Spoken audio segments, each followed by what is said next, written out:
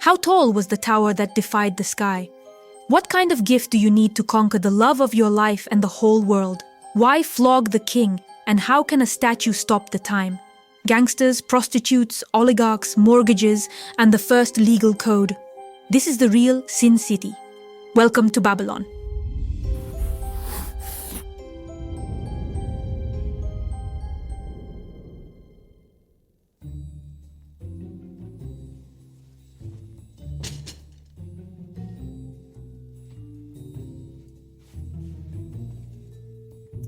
Babylon, the city which every society that has reached hedonic decline is compared to.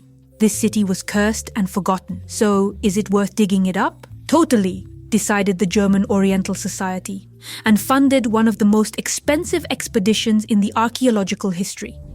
Babylon will be excavated, a short message with 2 exclamation marks at the end. That's what Robert Koldewey, a distinguished German archaeologist and art historian, excitedly wrote to his friend in August 1898. But easier said than done. Koldewey set out to explore the lands of the modern-day Iraq. By then, excavations in Mesopotamia had already been going on for decades. There was a widespread assumption that Babylon stood right where Koldewey had landed. However, it was a serious step to make, as taking up such laborious work was very difficult both technologically and financially.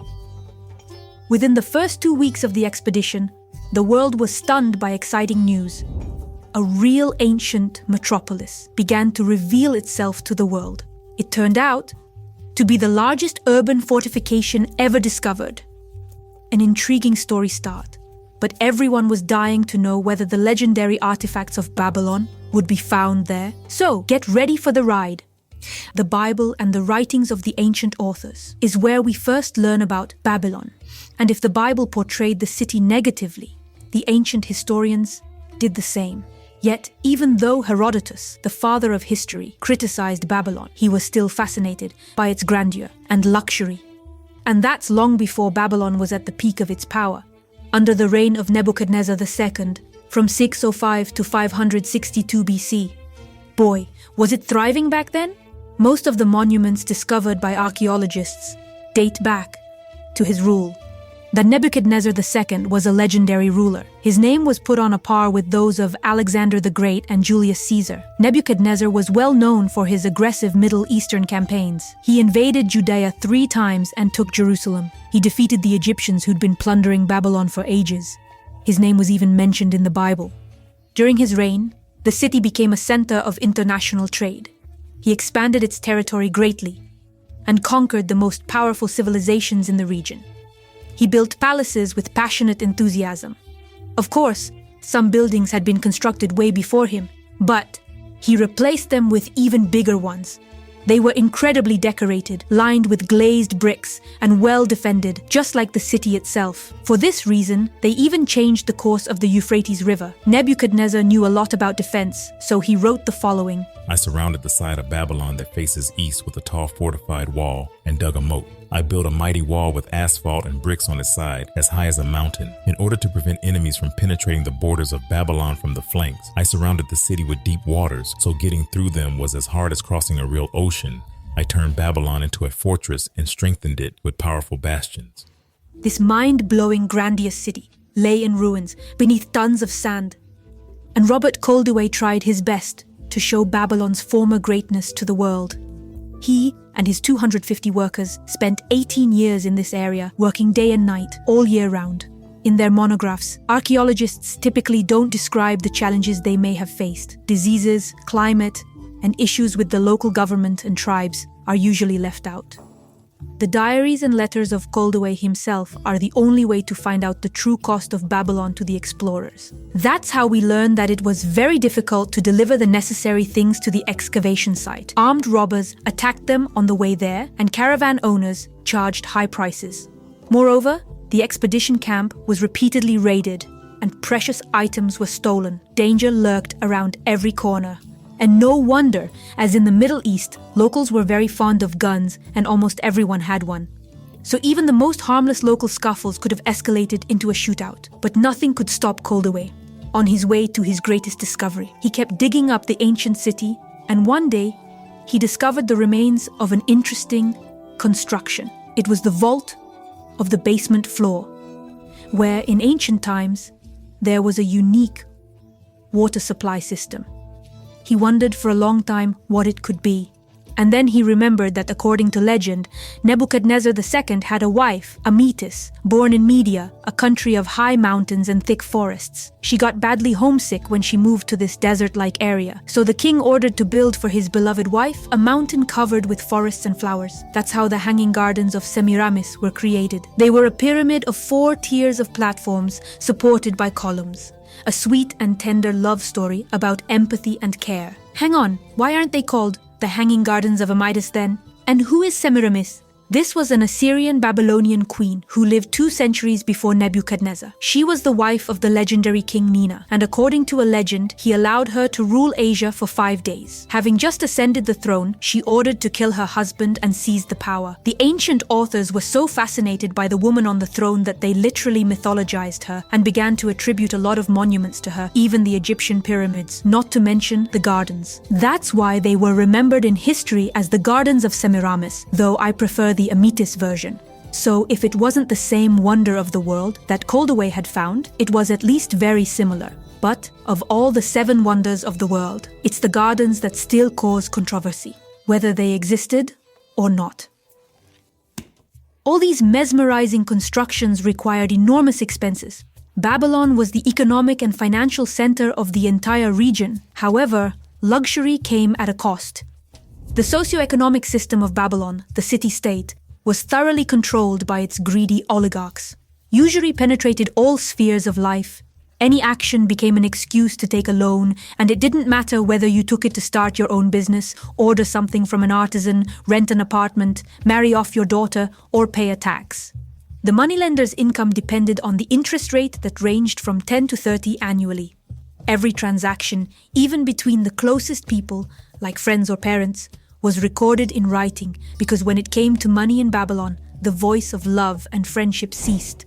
Their society made an extremely repulsive impression on the visitors, and the image of Babylon in the Bible became a synonym for inhumanity and corruption. Robbery and mugging flourished in Babylon, with mafias and clans across all levels, from ordinary citizens to the elite. It was so unsafe to go out at night that bridges between different parts of the city were raised and army patrols were setted as if under martial law.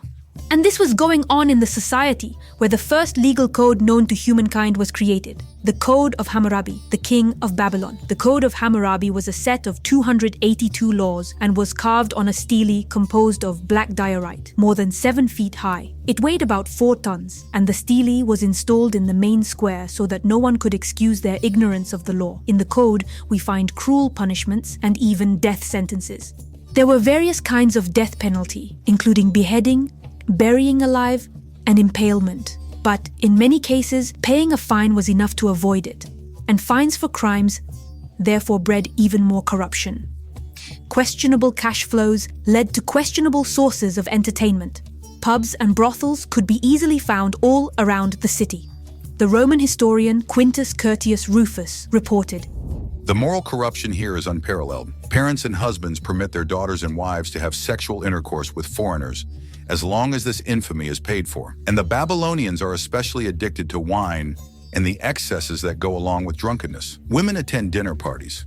At first they are decently dressed, then they remove their top clothing and by degrees disgrace themselves until they finally throw off their most intimate garments. This disgusting conduct is characteristic not only of courtesans, but also of married women and young girls, who regard such prostitution as being sociable." Yeah, if the Romans, who knew a lot about partying, were baffled, then something really strange was going on in Babylon. Prostitution was widespread, and wasn't only a way to make money, but it was of great religious importance for the citizens. Herodotus said that every woman of the land once in her life had to sit in the temple of Aphrodite and have intercourse with some stranger. Once a woman took her place there, she couldn't leave before some stranger cast money into her lap and made love with her outside the temple, as was the custom of that time.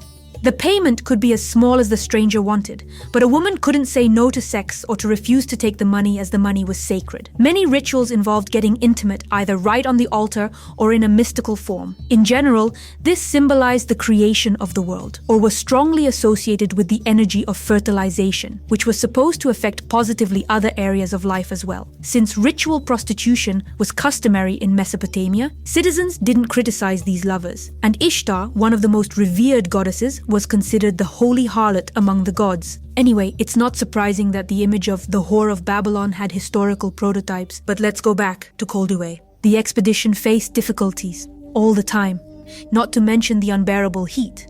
The problem here was that in other regions, the cultural layers were found 5 to 15 feet deep. Here, they had to remove from 40 to 80 feet.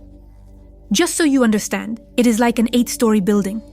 To make it easier to transport all these tons of unnecessary waste, a field railway was built, the parts of which were brought from Berlin by ship. They took out trash in trolleys, getting closer to new discoveries. And then, one day, an ancient foundation emerged. When it was completely dug out, it turned out to be enormous, about 300 feet wide. These were the ruins of the sacred ziggurat that towered over the entire city. Etemenanki is a place where heaven and earth were said to meet. The very definition of ziggurat comes from the Babylonian verb to build high, that is, to aim higher. However, not all ziggurats had purely religious significance. It's still unclear, though, why they were constructed in the first place. But Etemenanki was the real heart of Babylon. It embodied the city's soul and strength and was dedicated to the supreme god Marduk. There was his statue, cast in solid gold, which weighed about 21 tons, not to mention the table, the footstool, and the throne, which were made of gold too.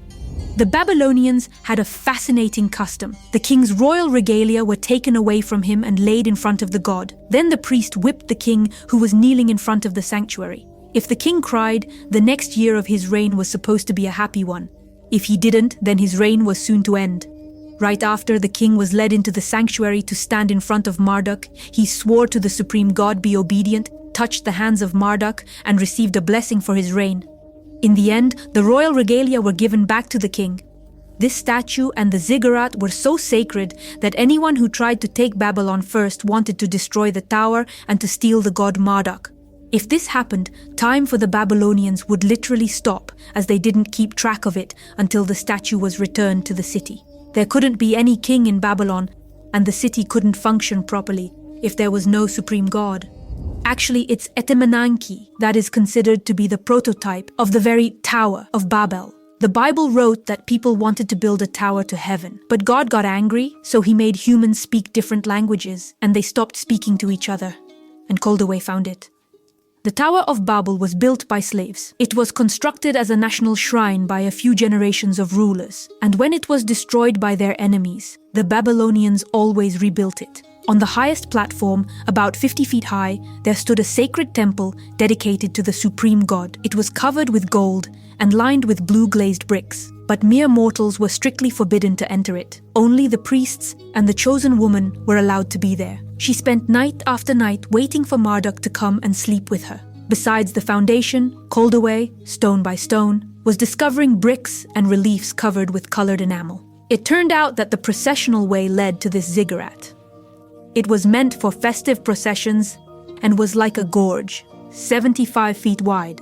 120 lions with yellow-red manes stared at the passers-by from the 20-feet-high fortress walls that towered on both sides of the street. The lion was the symbol of Ishtar, the goddess of fertility, love, and war. So, it embodied strength and protected the city from the enemies. The street was paved with large limestone slabs, their edges inlaid with beautiful red stones. All joints and gaps between the slabs were filled up, and on the inside of each there was an inscription. I am Nebuchadnezzar, king of Babylon, the son of Nabopolassar, king of Babylon. By thy command, merciful Marduk, may the temple I have built endure for all time, and may I be satisfied with its splendor. May my descendants live therein forever.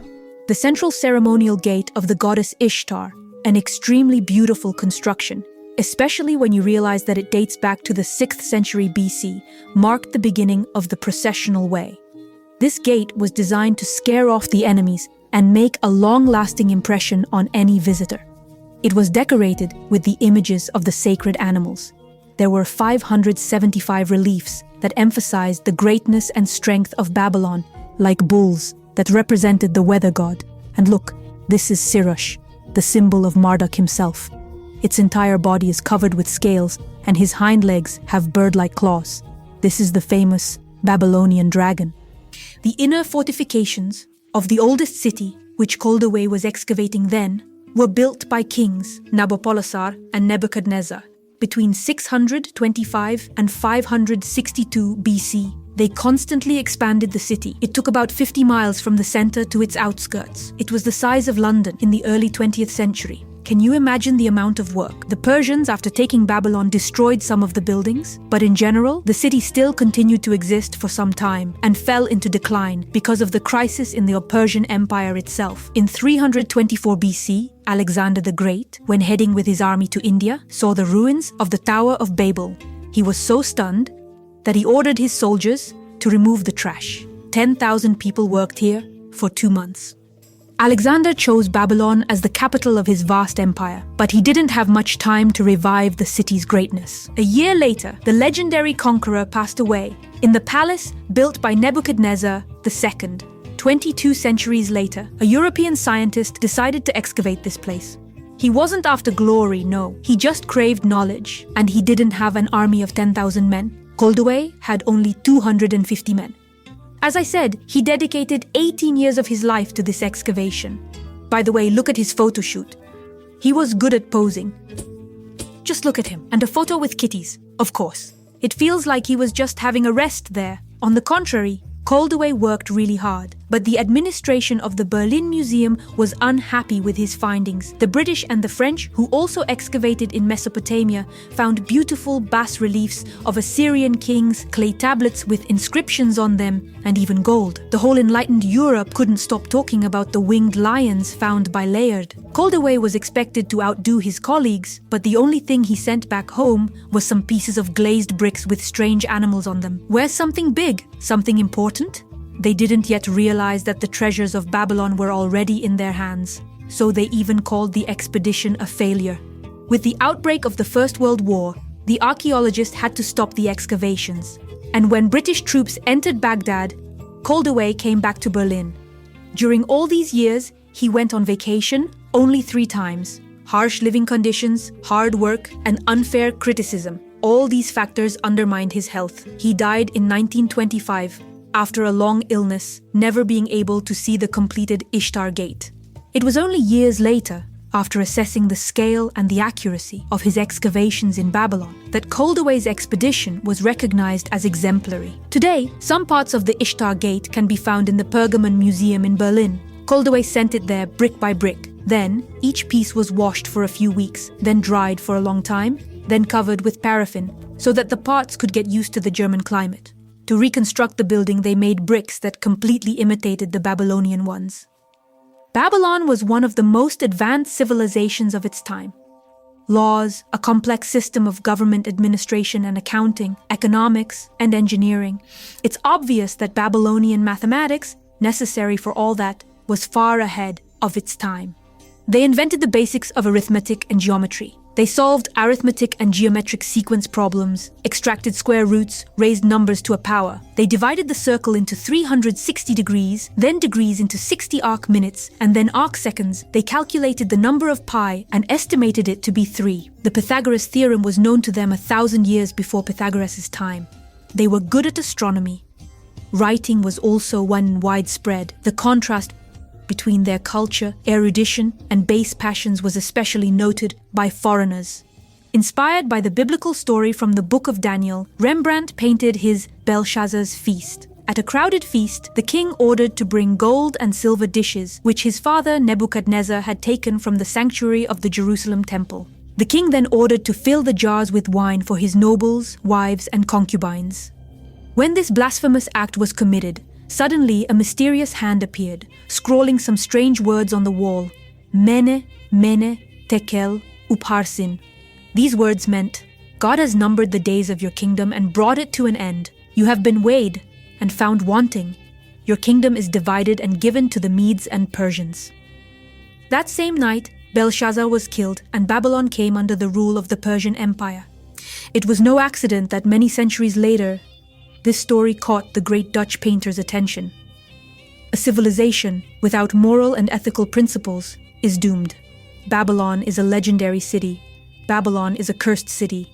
Babylon is translated as Gate of God. But behind this beautiful gate, people found only golden statues, pride, greed, and lust. The rich and eerie glow of guild was eventually covered with sand. Yet, the ominous reminder of Babylon's fate is still remembered by humankind. Babylon became a kind of measure of scale for many civilizations. We are still afraid to be weighed and find out to be light.